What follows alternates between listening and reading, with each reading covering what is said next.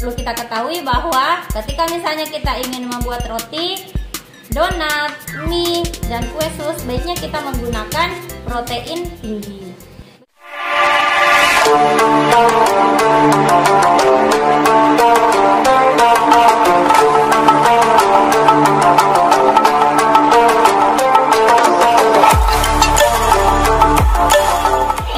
Sebelum lanjut, jangan lupa subscribe ya. Terima kasih. Assalamualaikum warahmatullahi wabarakatuh. Teman-teman sahabat Mabaraka yang berada di rumah, semoga semuanya sehat dan tetap produktif meski di rumah aja. Sahabat Mabaraka, di video kali ini kita akan bahas tentang tepung terigu. Nah, di sini kita akan bahas jenis-jenis terigu serta penggunaannya. Nah, teman-teman sahabat Mabaraka di rumah, mungkin masih ada beberapa di antara kita yang belum mengetahui jenis-jenis terigu atau mengetahui terigu hanya satu jenis saja. Padahal perlu kita ketahui bahwa terigu ini memiliki 3 jenis dan tentu memiliki kegunaan yang berbeda. Nah, apakah perbedaannya dan jenis-jenisnya? Kita lanjut di video selanjutnya. Nah, di sini saya sudah ada 3 jenis terigu. Baik, di sini ada brand yang sering kita dapatkan di pasaran. Nah, mungkin brand ini merupakan brand yang lebih mudah untuk didapatkan di toko-toko bahan kue atau toko-toko terdekat. Nah, di sini saya ada terigu cakra kembar, segitiga biru, dan terigu kunci biru. Nah, sahabat Mabaraka di rumah, mungkin ketika kita mendapatkan suatu resep, kita menemukan beberapa resep yang menggunakan atau menyebutkan spesifikasi terigu yang digunakan di dalam resep itu. Situ mungkin biasa kita lihat menggunakan terigu protein tinggi, protein sedang, ataupun protein rendah.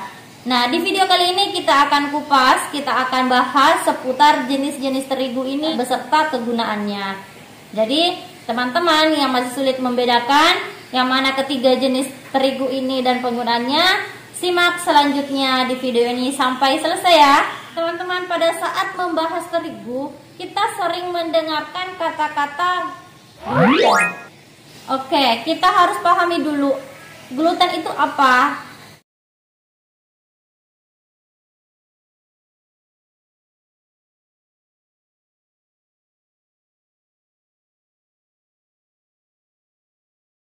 Jadi penjelasan sederhananya, gluten ini merupakan protein yang ditemukan pada padi-padian, serealia, dan gandum-gandum.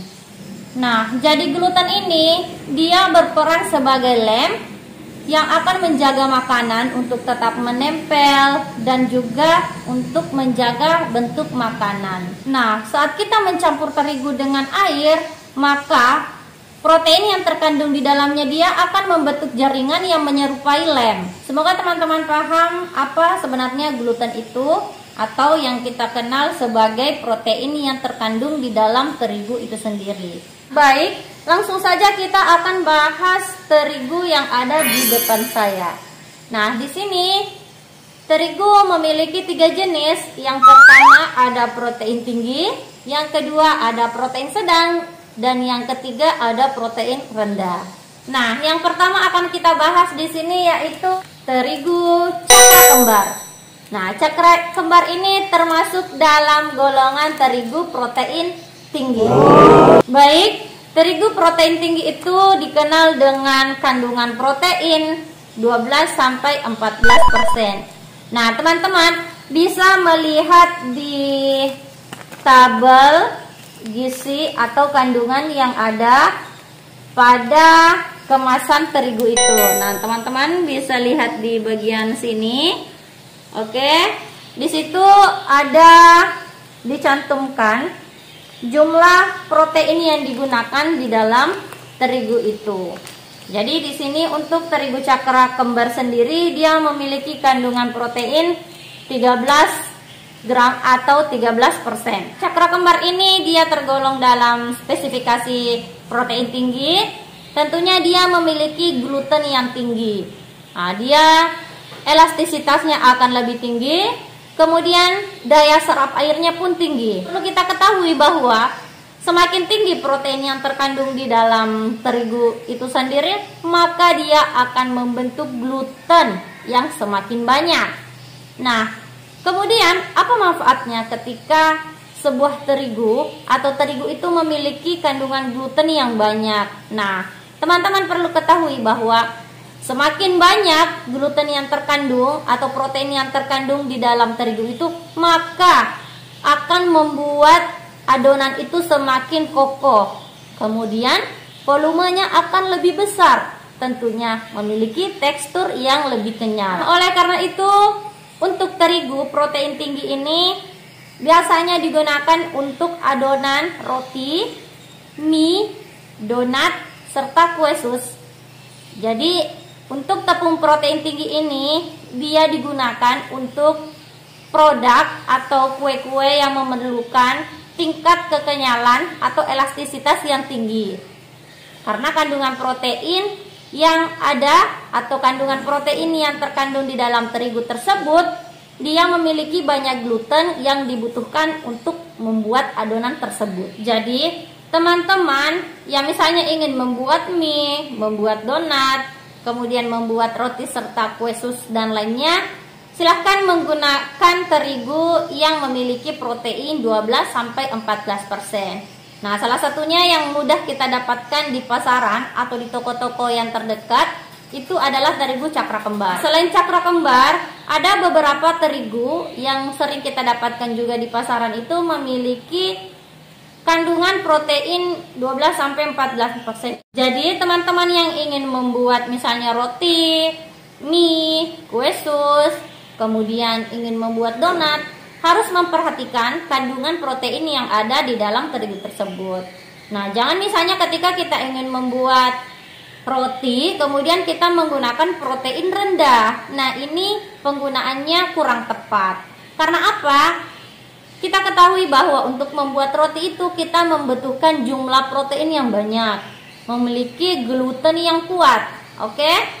Jadi ketika misalnya kita menggunakan terigu protein rendah, elastisitasnya akan kurang, seperti itu. Namun kelemahan yang ada pada terigu protein tinggi ini, dia akan cepat basi dan tidak dapat bertahan lama. Olehnya itu ketika misalnya kita membuat roti, dia akan bertahan paling lama sekitar 1 minggu tanpa bahan pengawet. Nah, jadi itulah mengapa protein tinggi ini dia sangat cocok untuk membuat roti, mie, donat, kue sus dan lainnya. Karena selain dia memiliki elastisitas yang tinggi, dia juga memiliki kelembaban yang tinggi. Nah, teman-teman, selanjutnya kita beralih ke terigu segitiga biru. Baik, di sini segitiga biru ini dia tergolong dalam jenis terigu protein sedang. Oke.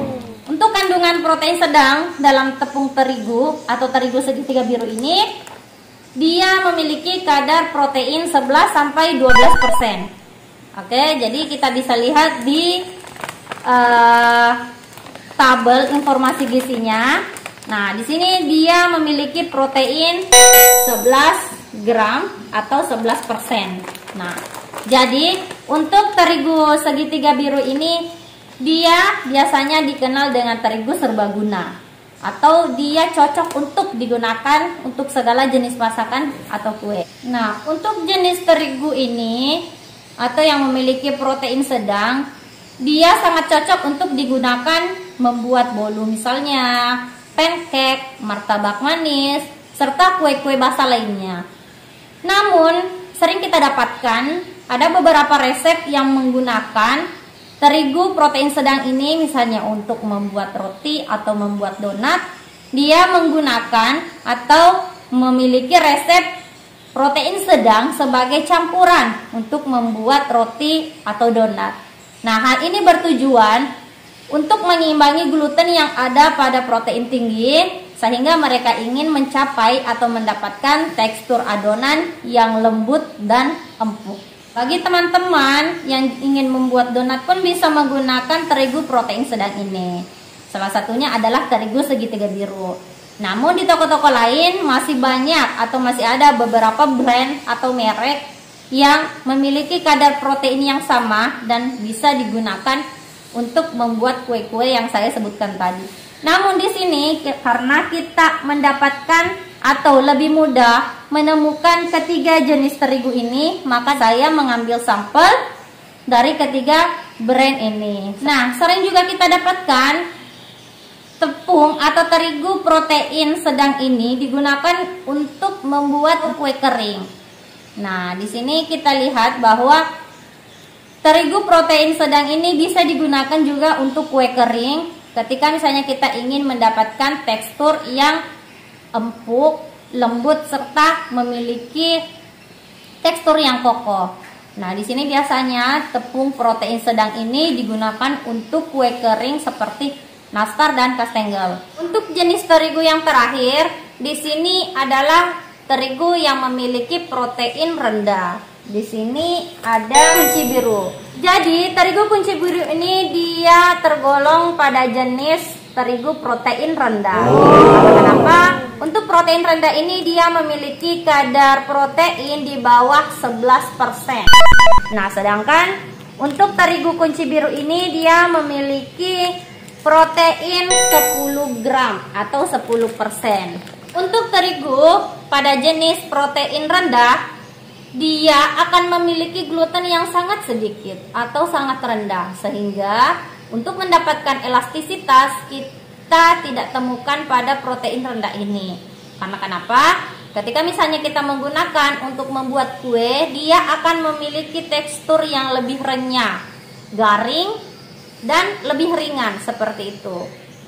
Nah, olehnya itu kelebihan tepung atau terigu protein rendah ini dia akan bertahan lebih lama. Karena kenapa? Karena dia memiliki kadar air yang rendah atau memiliki tingkat kelembaban yang rendah. Nah, biasanya kita dapatkan penggunaan protein rendah ini dia bisa digunakan untuk membuat kue kering, biskuit, serta goreng-gorengan juga bisa menggunakan terigu ini. Setidaknya kita sudah memahami bahwa ketiga jenis terigu tadi memiliki peran yang berbeda-beda atau memiliki jumlah gluten yang berbeda-beda. Nah, perlu kita ketahui bahwa ketika misalnya kita ingin membuat roti, donat, mie, dan kue sus, baiknya kita menggunakan protein tinggi. Begitupun ketika misalnya kita ingin membuat kue bolu, ingin membuat kue-kue basah, kemudian ingin membuat martabak manis, sebaiknya kita menggunakan terigu protein sedang.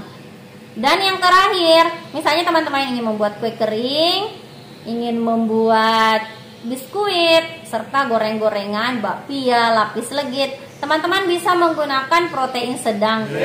Jadi, itulah tadi seputar edukasi terkait dengan jenis terigu serta penggunaannya. Semoga teman-teman bisa mendapatkan manfaat pada tayangan ini, serta kita ketahui bahwa ketiga jenis terigu ini adalah ketiga jenis terigu yang mudah kita dapatkan di pasar. Jadi sahabat Mabaraka, setelah menonton video ini minimal kita sudah bisa membedakan ketiga jenis terigu ini serta penggunaannya atau kegunaannya. Misalnya untuk memudahkan kita mengetahui apakah terigu yang kita dapatkan itu termasuk golongan jenis protein sedang, rendah, atau tinggi, teman-teman. Seperti yang saya katakan tadi, cukup kita lihat pada tabel informasi nilai gizinya. Di situ ada tercantum jumlah atau berapa persen protein yang digunakan pada terigu itu.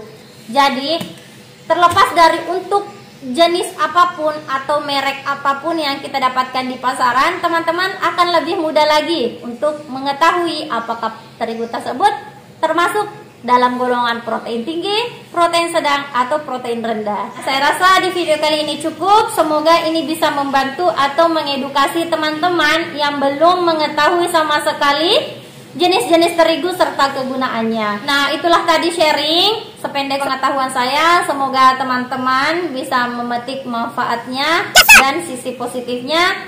Lebih dan kurangnya mohon dimaafkan. Tetap jaga kesehatan, pakai masker, dan jaga jarak.